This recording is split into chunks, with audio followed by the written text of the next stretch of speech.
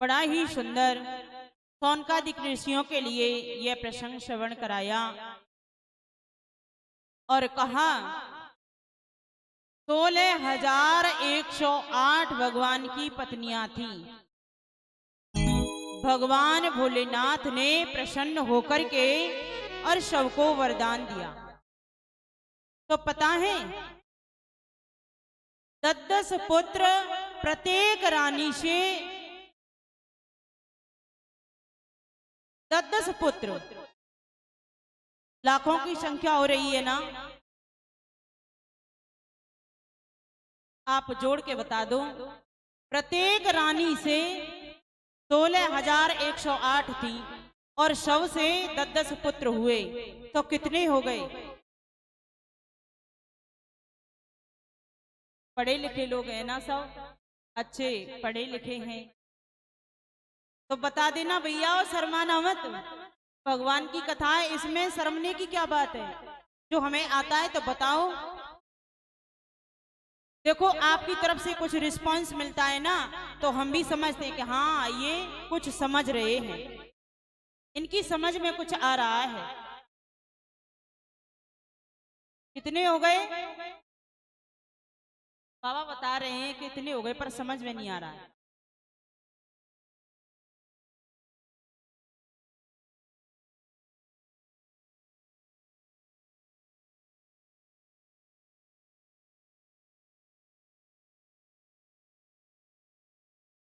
किसी को नहीं पता है?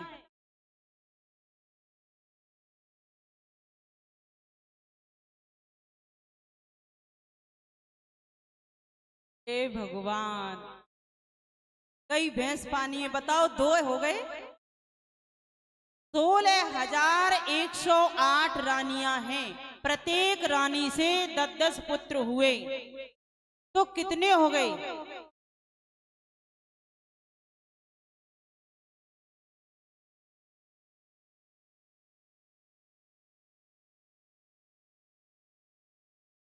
किसी को नहीं पता है।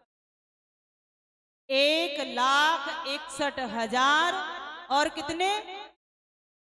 ये तो हमारे साथियों बता रहे हैं। 1,61,080 और सबके अलग अलग भवन थे। बहुत बड़ी जनसंख्या थी भगवान श्री कृष्ण के परिवार की, अकेले की।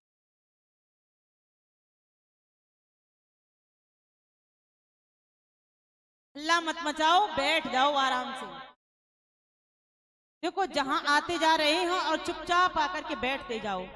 और इधर में हमारे बाबाओं की तो बात चालू हो गई।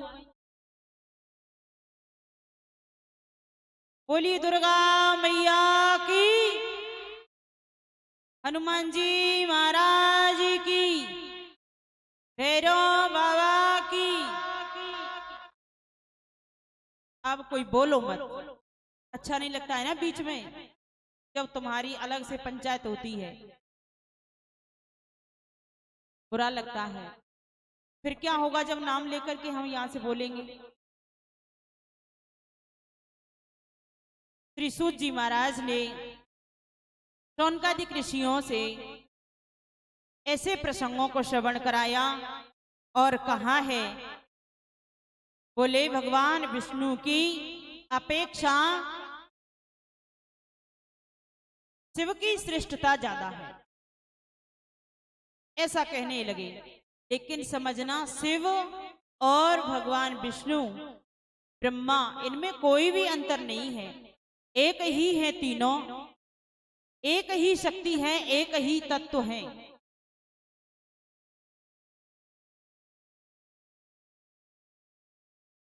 वेदव्यास जी महाराज ने कहा, बोले या इदं शृणुया नित्यं पुराणानां वेद समन्विता सर्वपापविमान मुक्तो देवी लोकमहीयते।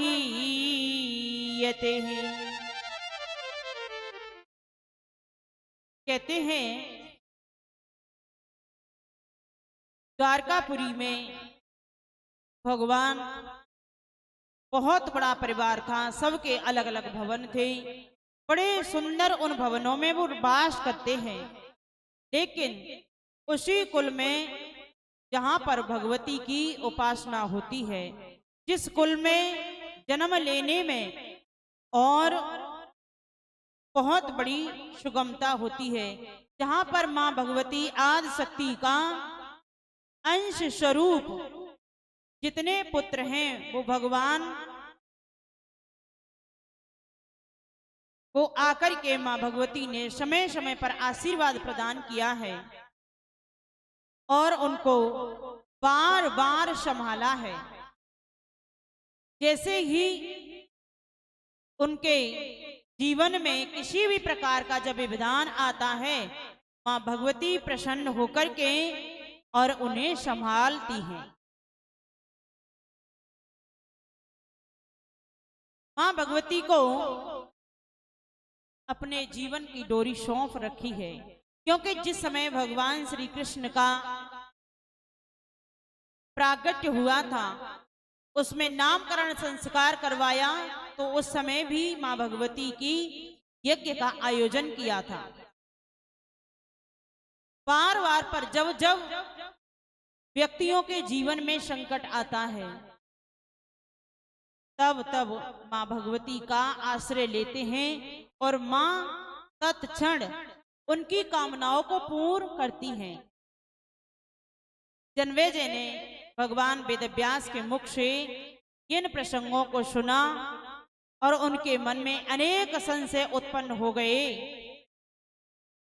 उनके संशयों को निवारण किया।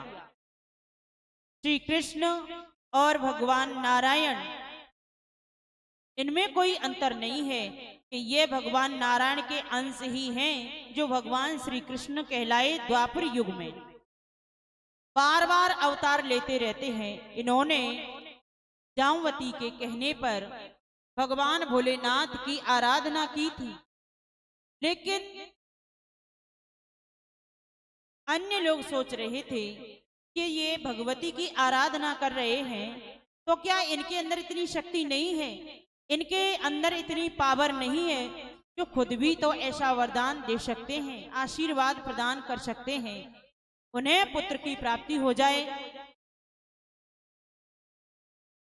लेकिन ऐसा नहीं, भगवान तो क्या करते हैं, दूसरों के लिए यश प्रदान कराने वाले हैं। व्यास जी बोले, राजन, आपने जो प्रश्न किया है, उस प्रश्न का बड़ा सुंदर उत्तर है। भगवान तो दूसरों के लिए यश प्रदान करने वाले हैं और खुद, क्योंकि जब भगवान दूसरों को संतुष्टि होती है, उसकी प्रशंसा होती है, तो भगवान प्रसन्न होते हैं। इसीलिए तो इनका नाम भक्त वत्सल पड़ा है।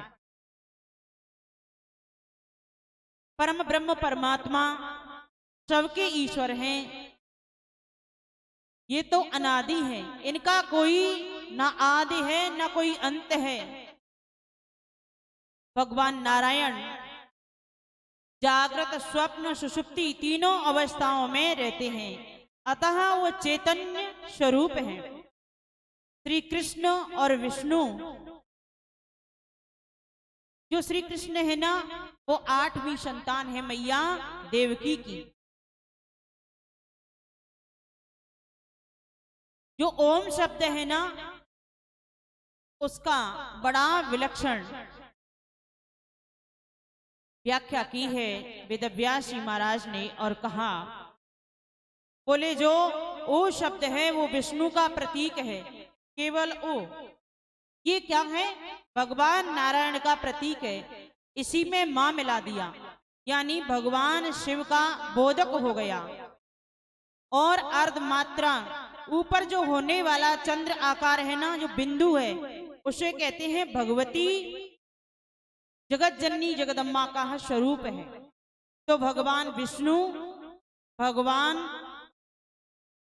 शिव और मातेश्वरी के सहित है।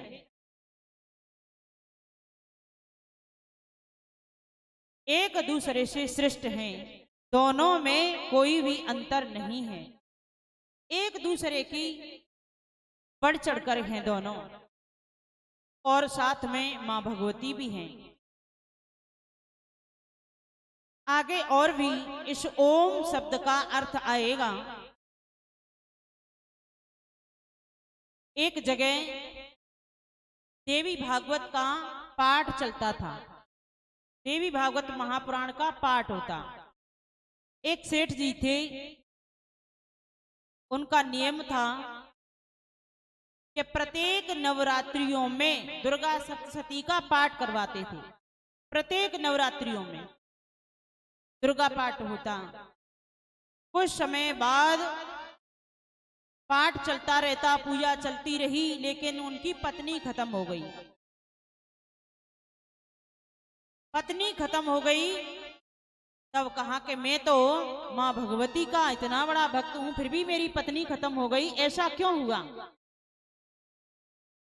उसके पश्चात क्या हुआ कि दूसरा विवाह कर लिया। लेकिन जो सेठ जी थे उनका यही नेम था कि पाठ जरूर करवाते। नवरात्रियों के समय तो वो पाठ करना ही करना था।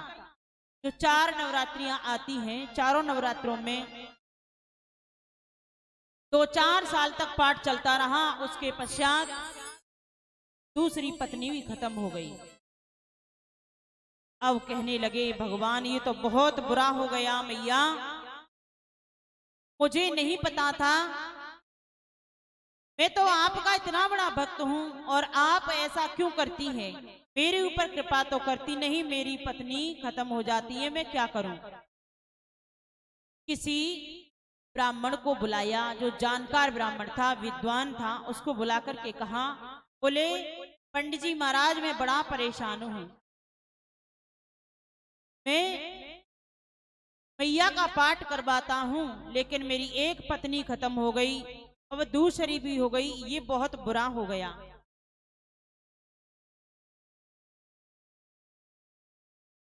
अब बहुत बुरा हो गया, अब क्या करूं। तो पंडित जी महाराज ने कहा, बोले सेठ जी ये बताओ, पुस्तक तुम्हारी है या कोई ब्राह्मण लेके आता है।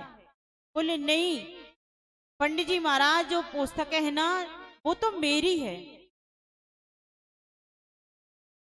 मेरी है वो तो, बस इतना कहा। बोले उस पुस्तक को दिखाओ तो सही, कैसी पुस्तक है। तो उस दुर्गा सप्तशती को सामने लेकर के आए सेठ जी महाराज, और पंडित जी महाराज ने उसको खोल करके देखा तो उसमें लिखा था पत्नीम भक्षति भैरवी, पत्नीम भक्षति भैरवी, और उसी का पाठ करते रहते ब्राह्मण। बोले इसी कारण से तुम्हारी पत्नियों का भक्षण कर जाती है दुर्गा। इसमें लिखा है पत्नीम भक्षति भैरवी। बोले तो, बोले ये कभी कभी ऐसा होता है कि गीता प्रेस से भी गलती हो जाती है, वैसे तो होती नहीं लेकिन कभी कभी हो जाती है। आओ उस ब्राह्मण ने क्या काम किया, उस पुस्तक में लिखा था पत्नी भक्षति भैरवी, लेकिन होना चाहिए था क्या पत्नी पत्नी रक्षति भैरवी। उसने भक्षति की जगह पे रक्षति कर दिया।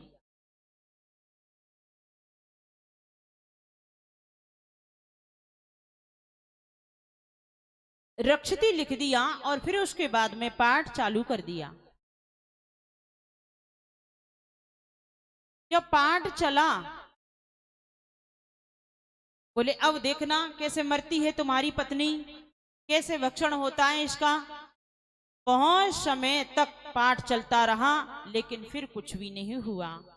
तो कई कई बार ऐसा गीता प्रेस से भी गलती हो जाती है, उसको सुधार लो, प्रयास करो कि शुद्ध हो।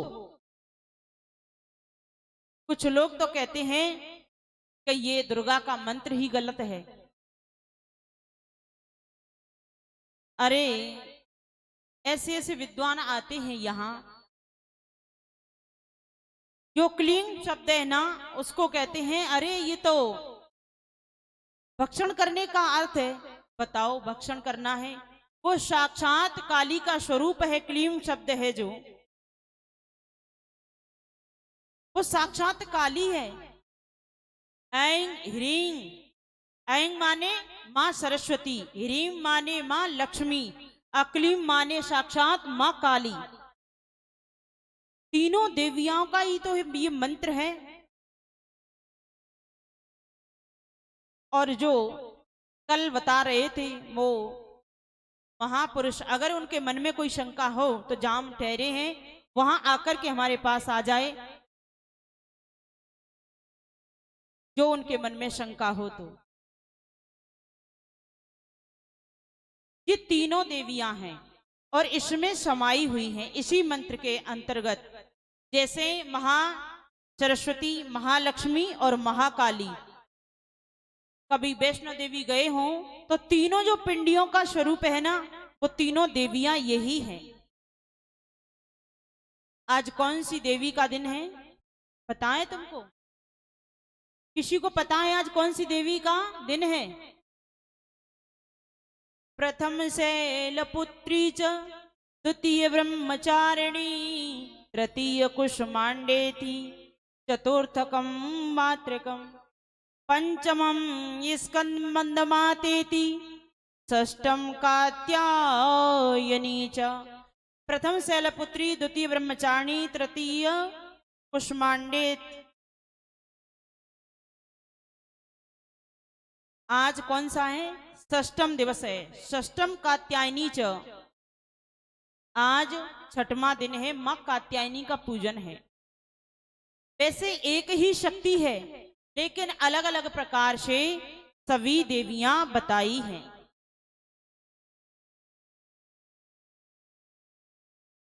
एक ही शक्ति है, एक ही तत्व है, लेकिन फिर भी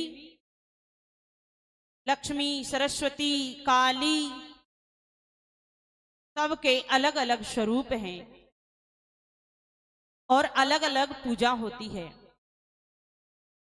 प्रथम शैलपुत्री यानी पहले दिन मां पार्वती की पूजा होती है।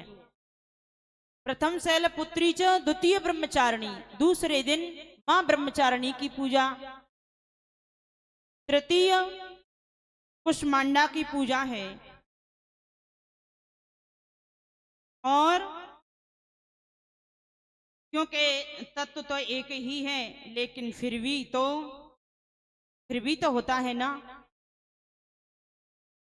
प्रथम शैलपुत्री, द्वितीय ब्रह्मचारिणी, तृतीय कुष्मांडेति,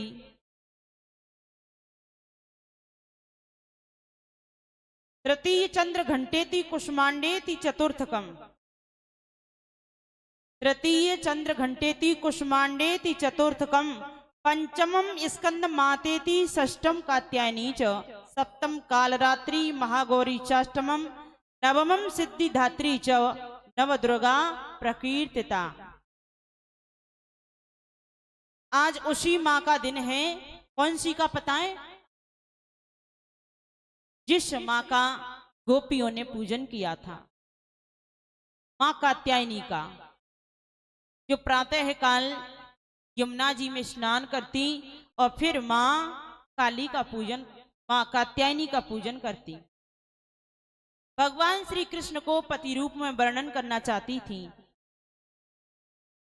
वो शक्ति पीठ आज भी है।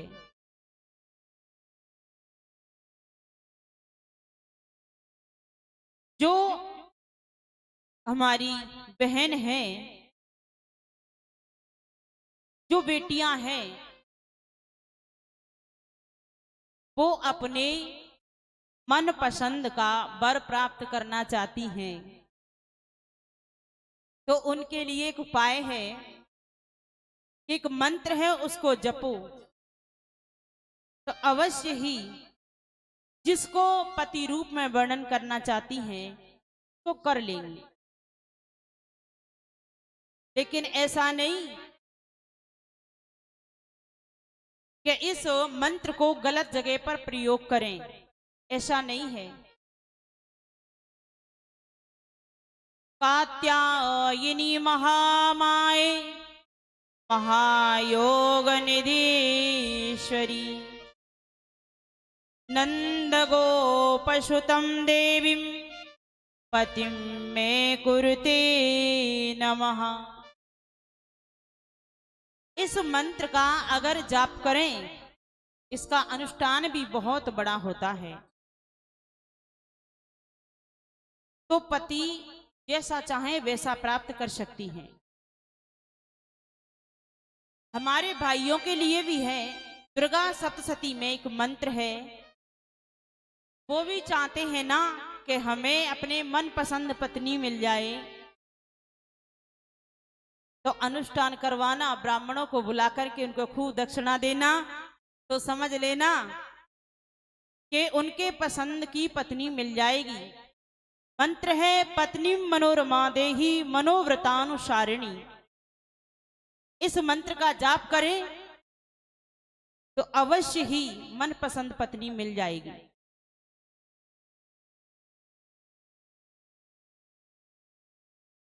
बोलिए दुर्गा मैया की। बहुत सी तो सोच रही हैं, अरे ये क्या बोल रही हैं। जो शास्त्र में है ना वही बताया है। भगवान श्री कृष्ण को जो गोपियां थी, वो भगवान श्री कृष्ण को पति रूप में वर्णन करना चाहती। वैसे तो वो जन्म जन्म के साथी थे। जो गोपियां थी वो कोई साधारण नहीं थी, साक्षात सभी जो देवियां हैं वो साधारण स्त्रियां नहीं थी। वो वेद की ऋचाएं थी, वेदों के मंत्र थे, वो सब गोपी बनकर के आए थे। तो साधारण नहीं थी। और साधारण लोग मन पसंद जो करना चाहे वो नहीं कर सकते। हाँ, लेकिन आयोजन कराए, अनुष्ठान करे तो अवश्य ही उसमें सफलता मिलती है। मां भगवती की सेवा की और सेवा करने के पश्चात मां दुर्गा ने अनंत आशीर्वाद दिया। आशीर्वाद देकर के उनको सबको प्रसन्न किया है। उसके पश्चात में श्री सूत जी महाराज ने शौनकादिक ऋषियों के लिए वर्णन किया और कहा, बोले आगे चल करके मां भगवती जगत जननी जगदम्मा मातेश्वरी, इन्होंने अनेक दैत्यों का उद्धार किया था। कुछ समय समय पर कभी सरस्वती, कभी लक्ष्मी, तो कभी काली का रूप धारण करके और इस धराधाम पर प्रकट होती रहती है।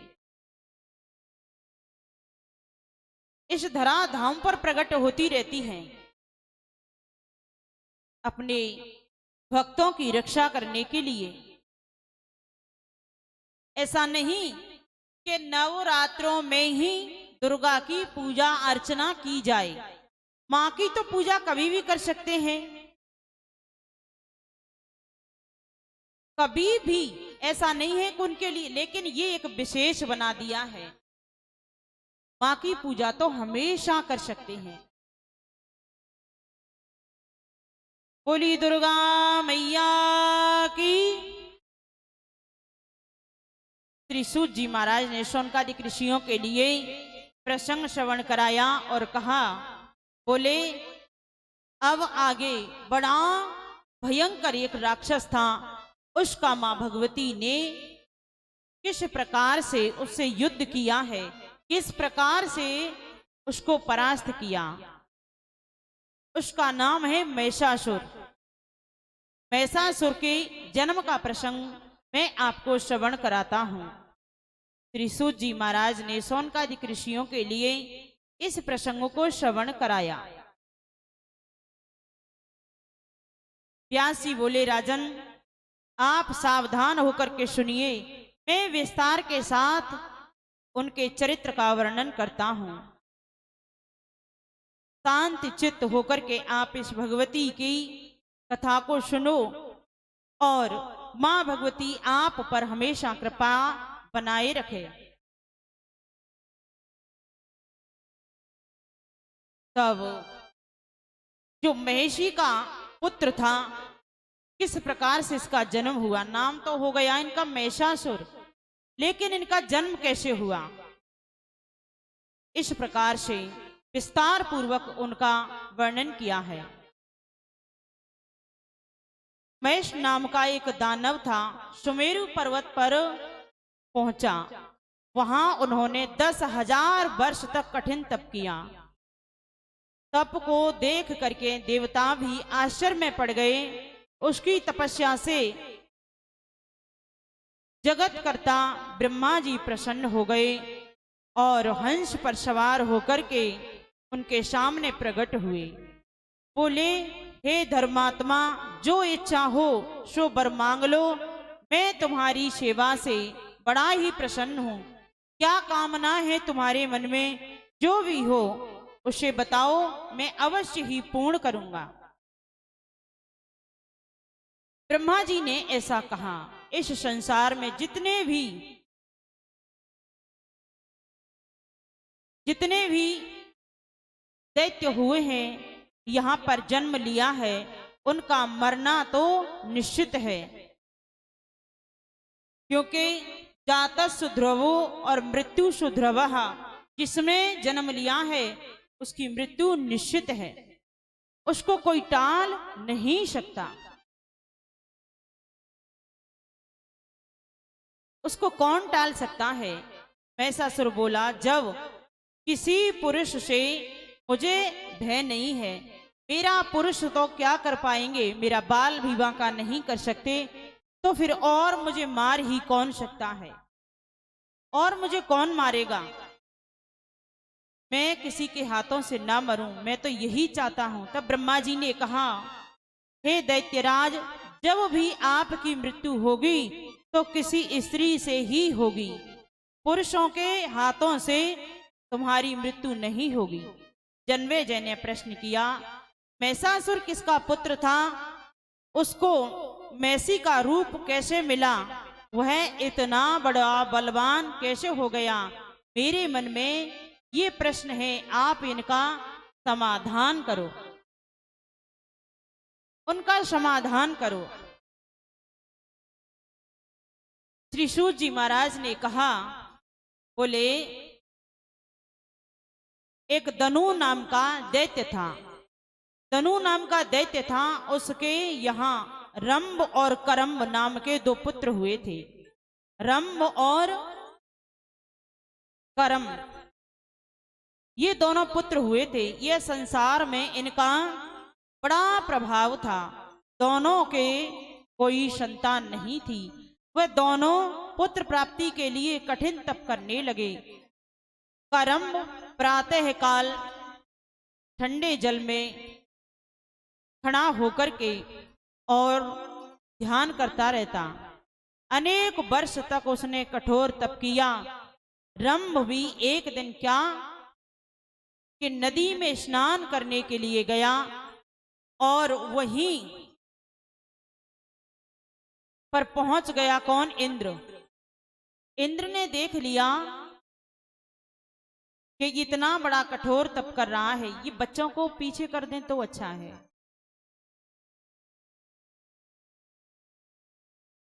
इनकी मैया होंगी, उनके पास पहुंचा दें इन बच्चों को, और अपने अपने बच्चों को मैयाओं अपने पास बिठा लो।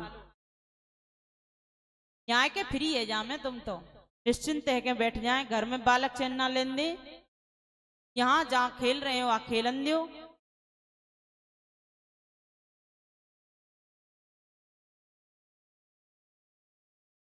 बोली दुर्गा मैया की। इंद्र ने जल में प्रवेश किया। जो रंभ नाम का था वो जल में स्नान कर रहा था। उसके दोनों पैरों को पकड़ लिया और दोनों पैरों को पकड़ करके मार डाला। तब अपने भाई का वध सुनकर के बड़ा दुखी हुआ, बड़ा दुखी हुआ, क्योंकि जो करम्ब था वो जल में खड़ा होकर के तप कर रहा था। इंद्र ने सोचा, क्या पता है मेरे इंद्रासन को ना ले ले, उसको यही चिंता होती है मेरे इंद्रासन को ना ले ले, इसलिए उसी भय के कारण और इंद्र ने उसको मार डाला। जो रंभ था वो भी बड़ा क्रोधित हुआ और एकांत में जाकर के उसने आराधना करनी प्रारंभ की, जिसको कहते हैं पंच अग्नि। चारों तरफ अग्नियों को प्रकट कर लेता और तप करने के लिए बैठ जाता। दंभ ने अपने हाथों में तलवार उठाई और वह अपना सिर, बोले इतना समय हो गया मुझे तप करते करते, लेकिन अभी तक कोई असर ही नहीं हुआ।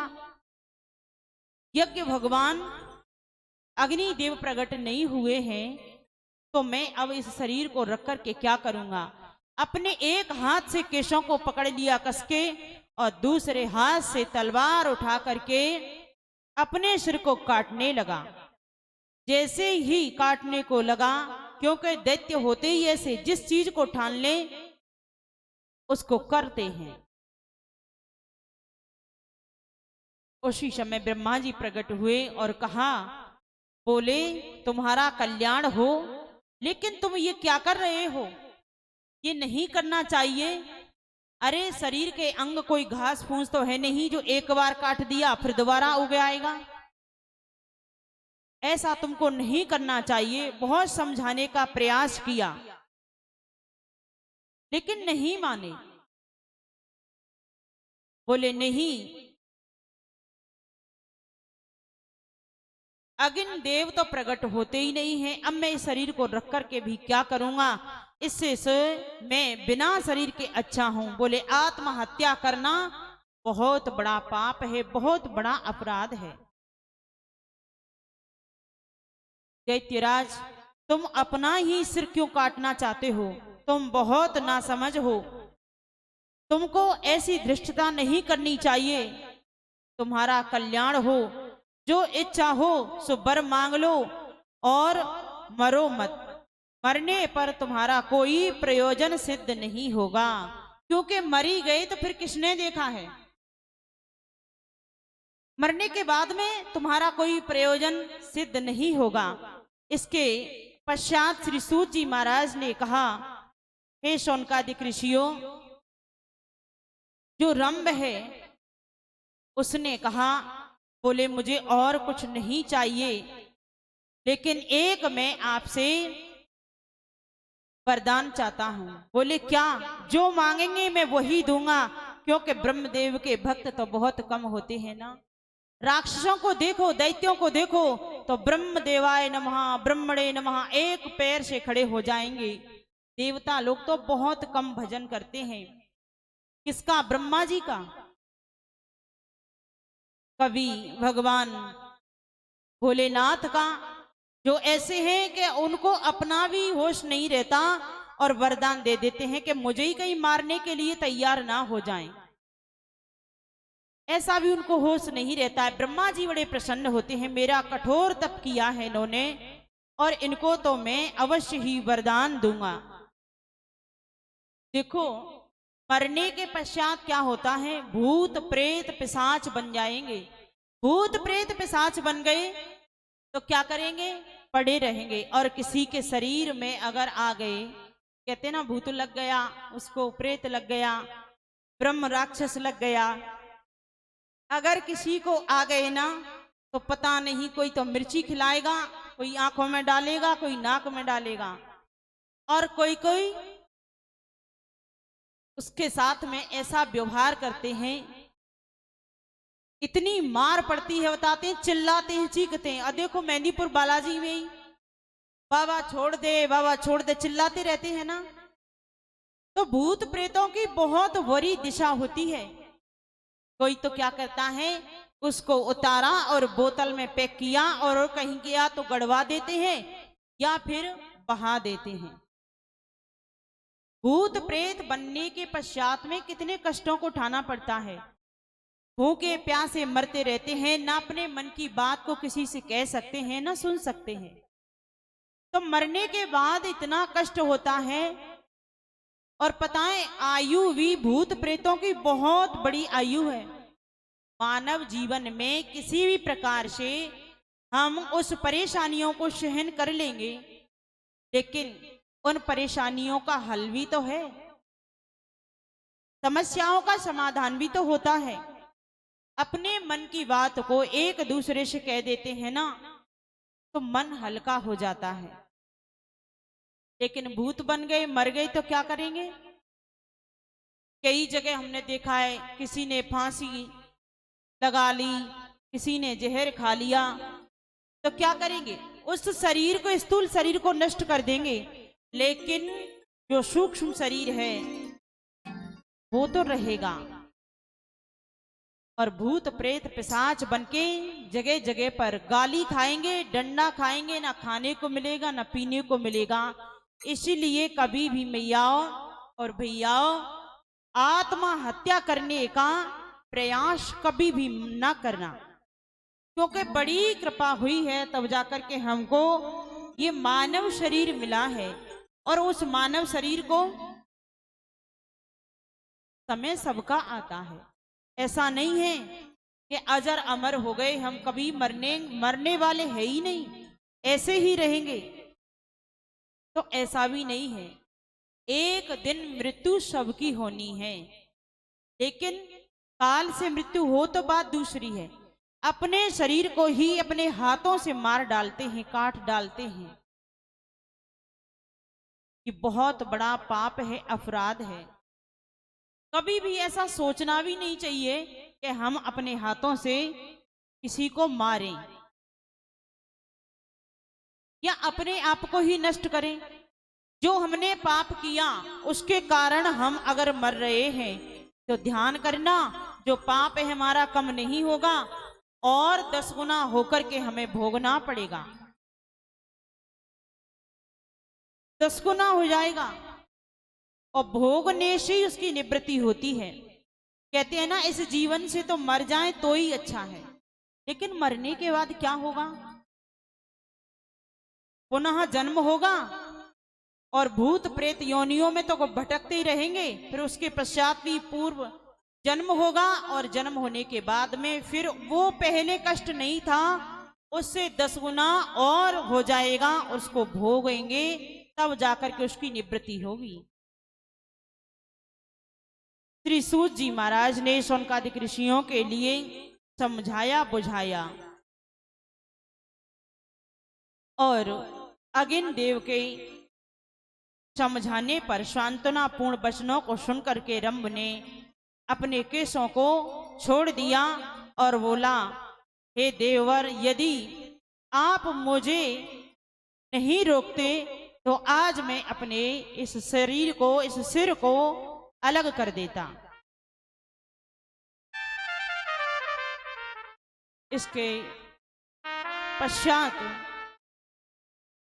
इच्छा के अनुसार कोई भी वर तुमको जो अच्छा लगे वो मांग लो। और अगिन देव ने मांगा है, क्या मांगा है? बोले, रूप धारण कर लूं, अनेक रूप धारण करने की शक्ति मेरे अंदर आ जाए, जो मन में आए जैसा रूप धारण कर लूं। और फिर उसके बाद रंभ जिसके प्रति आकर्षण, जिसके प्रति ज्यादा प्रेम होता है, और कहा, बोले, मैं जिसको चाहूं उसी को प्राप्त कर लूं। बेचारे अगिन देव ने कहा, बोले, मैं आछा चक्कर में पड़ गया, मुझे नहीं पता, मैं तो इसके सामने प्रकट नहीं होता तो ही अच्छा रहता। अग्नि देव ने मुझे उनको मन चाहा वर दे दिया। और फिर कहा, रंभ ने अग्नि देवता को प्रणाम किया और कहा, बोले, आप मेरे ऊपर आपने बहुत बड़ी कृपा की है। एक रूपवती मंद मुस्कुराती हुई और मैसी को देखा। जब मैसी को देखा तब कहा, हे दानव श्रेष्ठ, किसी अन्य स्त्री का वर्ण नहीं करना, नहीं तो तुम मारे जाओगे। रंभ ने इन शब्दों को सुना और उनको पुनः याद आ गई। बोले मेरे से अग्नि देव ने मना किया था, लेकिन अब मैं क्या करूं? उसके प्रति मेरा ज्यादा आकर्षण हो रहा है। किसी अन्य स्त्री का वर्ण नहीं करना, अपितु मारे जाओगे। इस बात को सुन करके उन्हें ध्यान आ गया और कहने लगे, बोले बात सत्य है, आपने सही बताया, लेकिन वो अपने मन को संतुष्ट नहीं कर पा रहे हैं।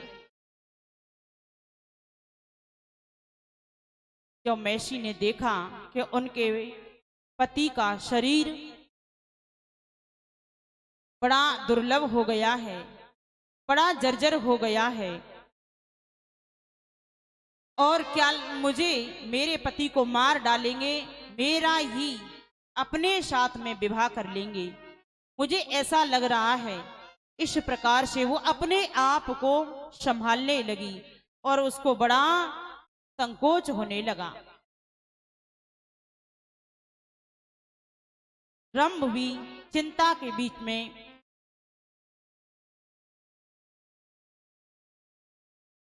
दोनों में घमासान युद्ध हुआ। रंभ और जो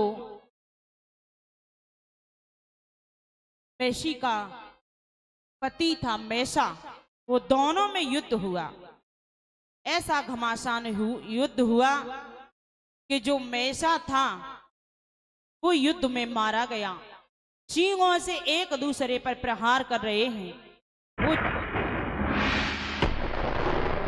जैसे ही, और तो कुछ नहीं है, सिंहों से ही प्रहार किया और मर गया। उसको जैसे ही चिता में रखा, चिता में जल रहा था, उसी समय बीच चिता में से भयानक दैत्य प्रकट हो गया।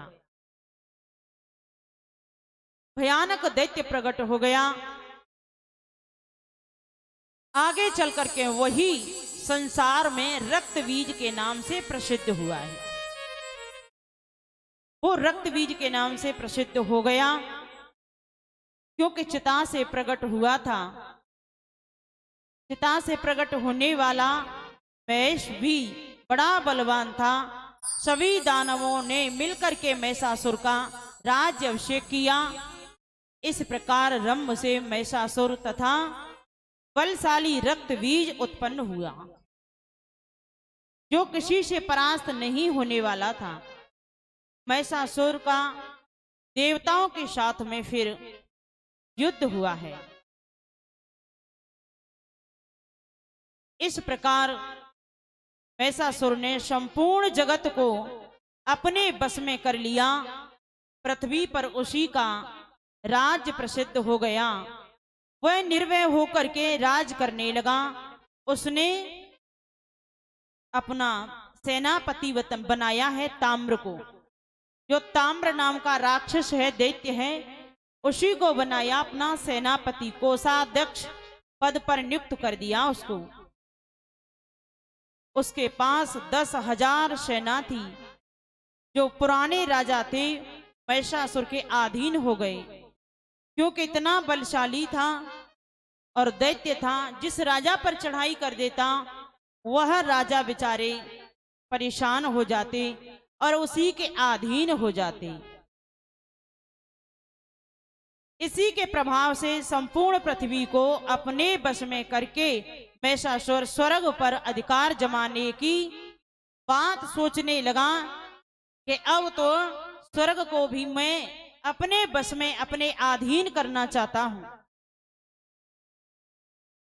इतना अपना प्रभाव जमाने लगा। इंद्र ने देखा, इंद्र के पास में जाकर के अपना एक दूत भेजा और उसे समझाने का बहुत प्रयास किया। वो तो निर्भय होकर के और मस्त होकर के अपने राज्य को संभाल रहा था। उन्होंने कहा, हे सहस्राक्ष, मेरे लिए तुम स्वर्ग को छोड़ दो, जहां तुम्हारी इच्छा हो वहां चले जाओ, नहीं तो महिषासुर के अधीन रह करके और सेवा करो। यदि तुम महिषासुर की शरण में नहीं आएंगे तो मैं तुम्हारी वो दिशा करूंगा कि तुम उसको कभी सोच नहीं पाएंगे। इसलिए तुम्हारा महिषासुर की शरण में जाना सबसे उत्तम रहेगा, तुम्हारा कल्याण हो जाएगा। हमारे पूर्वजों ने अनेक बार तुम्हें पराजित किया है। इस प्रकार से कहने लगा, हमारे पूर्वजों ने अनेक बार तुमको परास्त किया है। देवता सोचने लगे कि अपने वंश की प्रशंसा कर रहा है, अपने परिवार की प्रशंसा कर रहा है। इंद्र, तुम्हारे बल और पराक्रम को भली प्रकार हम जानते हैं। जब युद्ध होता है तो तुम बहुत जल्दी घबरा जाते हो। तुम्हारे सामने मात्र एक ही रास्ता है कि तुम जाकर के अपने वज्र को उठा लेते हो या फिर मेरी शरण में आ जाओ। मैं तुमसे यही प्रार्थना कर रहा हूं। राजन इंद्र ने दूतों के द्वारा इस संदेश को सुना और बड़ा क्रोध हुआ। उन्होंने कहा, आत्म संयम बरतते हुए कहा, हे दूत, मैं ये नहीं समझ पा रहा हूं कि तुम्हारा स्वामी अभिमान के मद में इतना चूर क्यों हो गया है। इसके बाद इस रोग को सदा के लिए जड़ से नष्ट कर दूंगा। दूत, तुम यहां से चले जाओ और महिषासुर को मेरी ये सारी बातों को जाकर के बता देना, अच्छी तरह से समझा देना। श्रेष्ठ जनों की यह नीति होती है कि युद्ध होने से पहले दूत के द्वारा संदेश वहां भेजना। इसलिए मैं आपसे कहता हूं कि उसको समझा देना, अन्यथा फिर युद्ध के लिए तैयार हो जाए। हे महिषासुर, यदि तुम्हारी युद्ध करने की इतनी ही इच्छा है तो जल्दी चले आओ, एक क्षण की भी देरी मत करो। महिषासुर जो मैषी का पुत्र है, वो क्या मेरे से युद्ध करेगा? घास फूस को खाने वाला और मेरे से युद्ध करने के लिए तैयार है। हरी घास खाता है, उसको तो समझता है कि मुझे अमृत मिल गया, और युद्ध करने का सपना देख रहा है मेरे से। देवराज इंद्र ने बहुत कुछ कहा और उस दूत को भेज दिया जहां पर महिषासुर रहता है। श्री सूत जी महाराज ने शौनकादिक ऋषियों के लिए इन प्रसंगों को श्रवण कराया। इस प्रसंगों को सुनकर के बड़े प्रसन्न हो गए और कहा, बोले इंद्र, कि जो द्वारा बताया गया था दूत के द्वारा संदेश, उस संदेश को सुनकर के उसकी नेत्र लाल हो गए, लाल हो गए। अपनी मूछ और अपनी पूंछों को घुमा करके पूंछ को ऐंठता हुआ कहने लगा कि अब लंबी लंबी सांस ले रहा है और क्रोध के कारण उसके नेत्र भी लाल हो गए। अधम है वो, इससे युद्ध करना चाहता हूं। बड़ा इंद्र तो जब देखो जब या तो डर करके भाग जाता है या फिर कहीं जाकर के शरण लेता है, ब्रह्मा जी के पास भागता है या फिर शंकर जी के पास भागता है, और हमको युद्ध के लिए ललकार रहा है, युद्ध की चुनौती दे रहा है। जो तपस्या करते हैं उन पर जाकर के अपना प्रभाव दिखाता है। बड़ा अभिमानी है, अत्याचारी है, दूसरों की पत्नियों को अपहरण करने वाला विश्वासघाती है। पहले तो अपने वश में करता है, स्त्रियों को आकर्षण करता है। रात्रि के समय वो तो एक प्रकार से बेरुपिया है, कभी ऋषि पत्नियों के पास जाकर के ऋषि बन जाता है। इस प्रकार से जो मैषी का पुत्र है वो कहने लगा,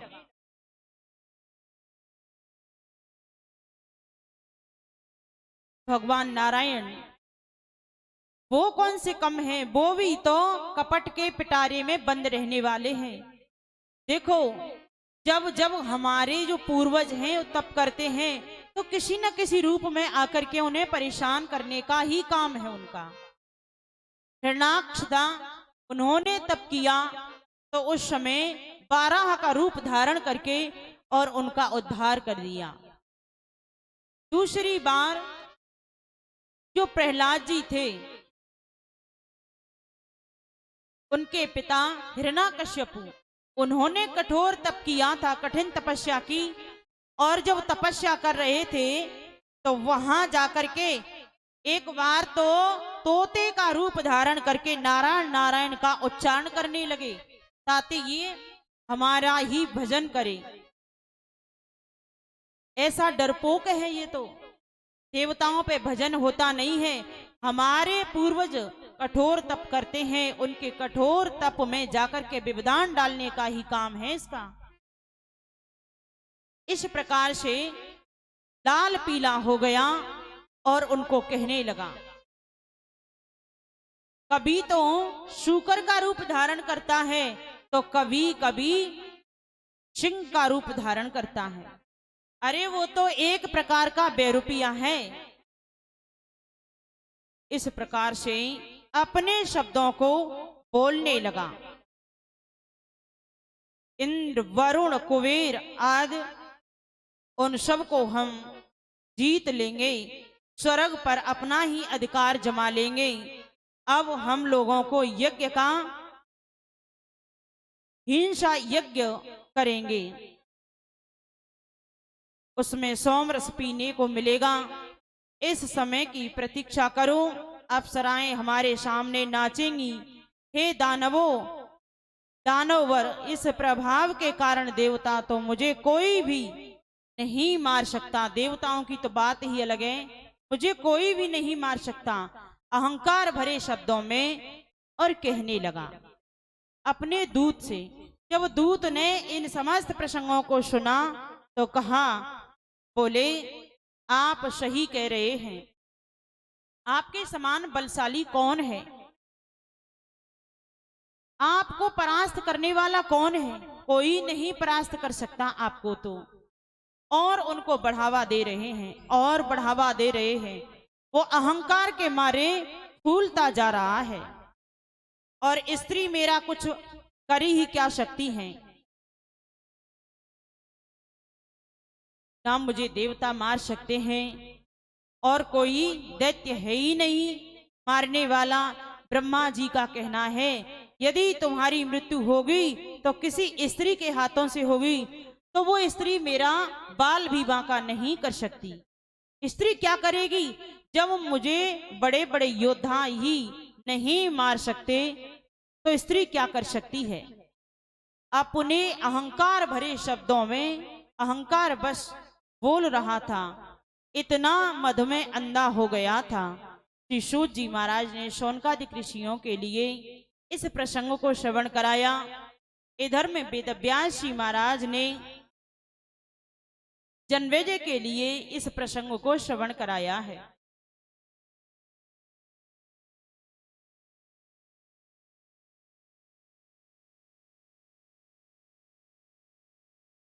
इस रणभूमि में मैं अकेला ही बहुत कुछ हूं, देवताओं को जीत लूंगा। आप सबको इस रणभूमि की शोभा बढ़ाने के लिए ही साथ लेके चलूंगा। मैं अपने सींगों से तथा खुरों से ही देवताओं के शरीरों को चिथड़ बिथड़ कर दूंगा। इस भूमि में रुद्र से बहने वाले अनेक नदियां बहेंगी, क्योंकि उनके शरीर को तुम लोग देखेंगे। इसलिए तुम सब लोग स्वर्ग को जीतने के लिए तैयारियां करो। स्वर्ग को जीत करके हम लोग रमण करेंगे और कामधेनु का मीठा मीठा सुंदर अमृत के समान दूध है, उसको पान करेंगे।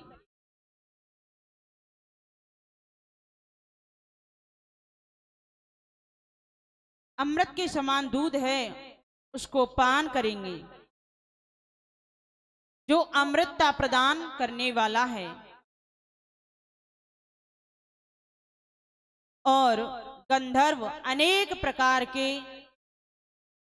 गीत गाने हमें सुनाएंगे, हमारे सामने अप्सराएं नृत्य करेंगी, हमारा बड़ा सुंदर मनोरंजन होगा। देवताओं की युद्ध की संबंधी यह मंत्रणा अपने आपस में करने लगे, एक दूसरे से परामर्श कर रहे हैं किस प्रकार से देवताओं से युद्ध करना है। तो आपके लिए भी तैयारी हो गई है दूध की, जूस की,